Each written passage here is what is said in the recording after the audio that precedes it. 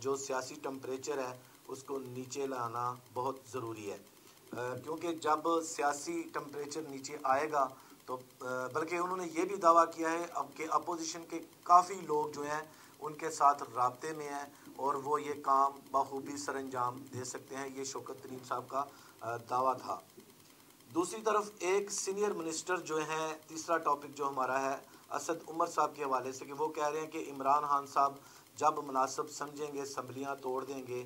اسمبلیاں، اسد عمر صاحب کہتے ہیں کہ جب اس چیز میں کوئی شک نہیں کہ اگر عمران خان صاحب کے کام میں رکاوٹ ڈالی گئی تو وہ جس وقت چاہیں اسمبلیاں توڑ دیں گے۔ ہم اسد عمر صاحب کی اس بات پر اتفاق بھی کرتے ہیں کہ اس میں کوئی شک نہیں۔ اسد صاحب کی یہ جو بات ہے اس کو ہم نظر انداز نہیں کر سکتے، لیکن ناظرین قابل غور جو بات اس وقت یہ ہے کہ اسمبلیاں توڑنے کی نوبت کیوں آئی، کہاں گئے وہ بڑے بڑے دعوے، کہاں گئی وہ مینجمنٹ جن کے دعوے اسلام آباد میں کھڑے ہو کر وزیر اعظم عمران خان صاحب کرتے تھے۔ اس وقت 2014 میں 126 دن کا دھرنا بھی دیا گیا۔ وہ دعوے کہاں گئے، کہاں گئے وہ سہانے خواب جو عوام کو دکھائے گئے تھے کہ پاکستان جو ہے اس طرح اوپر چلا جائے گا، بلکہ بہت زیادہ معاملات جو ہیں وہ انہوں نے بتایا تھا، نوکریاں لوگ باہر کے ملکوں سے آئیں گے مانگنے، کافی چیزیں جو اپنے ناظرین کو پتہ ہے اس وقت ہوئی تھیں، لیکن ان میں سے کوئی بھی دعویٰ ابھی تک، کوئی بھی بات جو ہے وہ گورنمنٹ پوری کرنے میں ناکام رہی ہے، نہیں پوری کر سکی۔ تو ناظرین عمران خان صاحب نے ایک اور بات کی تھی فوری انصاف کی، کہ انصاف عوام کی دہلیز کے اوپر عوام کو ملے گا، کسی کے ساتھ نا انصافی نہیں ہوگی۔ وہ بھی آپ دیکھ چکے ہیں ثانیہ ساہیوال میں کس طرح ایک غریب خاندان کو قتل کر دیا جاتا ہے ان کے معصوم بچوں کے سامنے، اور ابھی تک وہ انصاف وہیں لٹکا ہوا ہے، کہیں دور دور تک انصاف ہوتا نظر نہیں آ رہا۔ تو اس کے بعد کرپشن کی بات کرتے ہیں کہ عمران خان صاحب نے کہا کہ کرپشن ختم ہو جائے گی، بلکہ میں وہ یہ کر دوں گا وہ کر دوں گا، لیکن اگر دیکھا جائے تو جو ادارے ہیں سروے کرنے والے ان کے مطابق پچھلے 3 سالوں میں پاکستان میں جو کرپشن ہے وہ تقریباً 18 سے 22% جو ہے اس کا اضافہ ہوا ہے پچھلے 3 سالوں میں۔ تو ناظرین کرپشن کے بات کو آگے بڑھاتے ہیں کہ آپ دیکھ سکتے ہیں چینی میں کس طرح کرپشن ہوئی، آٹے میں کس طرح کرپشن ہوئی، اور اس کے بعد میڈیسن میں کس طرح کرپشن ہوئی۔ تو یہ ساری چیزیں جو ہے نا غریبوں کا حق ہے۔ آٹا، چینی جو چیز ہے، میڈیسن جو ہے، یہ غریبوں کے منہ سے چھین لی گئی ہے، اتنی کرپشن ہوئی اور اس میں اتنا اضافہ ہو گیا کہ آج دیکھ سکتے ہیں آپ کہ جو رمضان بازار لگے ہیں اس میں لوگ روزہ رکھ کے قطاروں میں 1 کلو چینی کو ترس رہے ہیں، اور جو ہمارے منسٹر ہیں وہ بس باتیں کرتے ہیں کہ جی یہ کر دیا وہ کر دیا۔ تو اس طرح ظاہر سی بات ہے عوام سب کچھ جانتی ہے، عوام سے کوئی چیز چھپی ڈپی نہیں ہے، اس کو ہر چیز کا پتہ ہے، اندازہ ہے ہر چیز کا۔ تو ناظرین بات یہی ختم نہیں ہوتی، ریاستی اداروں کی بات کی جائے تو 2014 کے دھرنے میں جو اس وقت موجودہ وفاقی وزیر داخلہ شیخ رشید صاحب ہیں، ان کا بیان بھی میں آپ کو سناتا ہوں کہ انہوں نے اس وقت کیا کہا تھا۔ جی تو ناظرین آپ نے سنا کہ شیخ رشید صاحب نے کہا گرا دو، جلا دو، مار دو، مر دو۔ اس وقت پاکستان میں کیا تھا؟ یہ قابل لمحہ، یہ جو لمحہ ہے قابل غور ہے، اس وقت سوچ سکتے ہیں آپ کہ اس وقت پاکستان میں ایسا کیا تھا کہ پاکستان کو آگ لگانے کی بات کر رہے تھے۔ پاکستان میں پتہ نہیں کیا اس وقت بن گیا تھا کہ اتنا ریاستی اداروں کے ساتھ یہی پولیس تھی، یہی آرمی تھی، یہی سب کچھ تھا، اور ان سے ٹکر لینے کی بات وفاقی وزیر داخلہ شیخ رشید صاحب کر چکے ہیں۔ آپ نے ابھی یہ ویڈیو کلپ بھی دیکھا ہے۔ اس کے بعد عمران خان صاحب نے خود کنٹرینر پہ کھڑے ہو کے بجلی کے بل جلا دیے، پارلیمنٹ پر حملہ ہوا، پی ٹی آئی پر حملہ ہوا۔ تو اس وقت بھی یہ ریاستی ادارے یہی تھے، یہی پولیس تھی، یہی لوگ جو اس وقت تھے ریاستی اداروں میں۔ آج طریق لبیک یا رسول اللہ اپنے معاہدے کی بات کرتی ہے تو اس کو کہا جاتا ہے کہ ان کے ساتھ آئینی ہاتھوں کے ساتھ نپٹا جائے گا.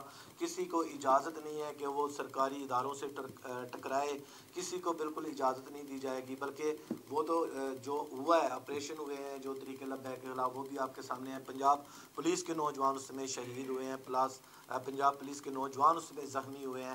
اس کے علاوہ طریق لبیک کے جو کارکن ہیں وہ شہید ہوئے ہیں اور زخمی ہوئے ہیں کافی تعداد میں. تو یہ ناظرین بات یہیں ختم نہیں ہوتی. بات قابل غور یہ ہے کہ جب آپ خود ایک نفرت انگیز چیز کو پھیلائیں گے, تو جب آپ کے پاس حکومت آ جاتی ہے اور آپ ان چیزوں کو اوائڈ کریں گے, تو وہ کبھی آپ اس کو اوائڈ نہیں کر سکتے. یہی میں اپنے ناظرین کے ساتھ آج شیئر کرنا چاہتا تھا کہ اس وقت جو پاکستان ہے وہ انتہائی نازک صورتحال میں ہے. اوپر سے کرونا وبا اس نے جو ہے وہ بالکل ہر چیز بلاک ہوئی ہوئی ہے آپ کے سامنے, اور جو غریب طبقہ ہے اس کی داد رسی کرنے والا اس وقت نہ تو کوئی گورنمنٹ میں ہے, نہ کوئی اپوزیشن میں ہے, اور نہ ہی کوئی کسی سیاسی جماعت میں. اس وقت ہمیں ضرورت ہے سروائر بنے ان لوگوں کے جو کما نہیں سکتے, جن کے کاروبار بند ہو چکے ہیں, جو لوگ اپنے بچوں کو عید کی, یہ ایک واقعہ جو 2 دن پہلے ہوا ہے کہ ایک بندے نے اپنے 4 بچے نہر میں پھینک دیے کہ وہ عید کے کپڑے ان کو نہیں دلا سکا. تو یہ ایک سوچنے کی بات ہے اس وقت کہ ہم لوگ جو ہے یہ ان لوگوں کو کس طرح ساتھ لے کے چلیں گے, کس طرح پاکستان میں یہ لوگ جو ہے وہ گزارا کریں گے. یہ لمحہ جو ہے قابل فکر ہے ہمارے لیے, لمحہ فکریہ ہے ہمارے لیے. دعا گو ہوں کہ اللہ تبارک تعالیٰ ماہ رمضان کے اس بابرکت مہینے کے جو آخری دن ہے اس کے صدقے پاکستان کو ہر بلا سے محفوظ رکھے, پاکستان کو ہر بلا سے محفوظ رکھے, اور پاکستان میں ریاست مدینہ اور اسلامی قانون نافذ کرنے والا کوئی حضرت عمر فاروق جیسا آئے, اور ہم لوگ جو ہے وہ صحیح معنوں میں اسلام کے راستے پر چل سکیں. کل تک کی اجازت دیجیے, بہت شکریہ. جاتے دفعہ پھر کہوں گا کہ میرے چینل کو سبسکرائب ضرور کریں اور ساتھ لگے ہوئے گھنٹی کے بٹن کو ضرور دبا دیں, تاکہ ہماری جو ہر نئی آنے والی ویڈیو آپ کے پاس جلدی سے جلدی پہنچ سکے, اور ہمارا اور آپ کا رشتہ جو ہے وہ قائم دائم رہے. اور ساتھ میں اس ویڈیو کو زیادہ سے زیادہ شیئر کیجیے گا. اجازت دیں, اللہ حافظ.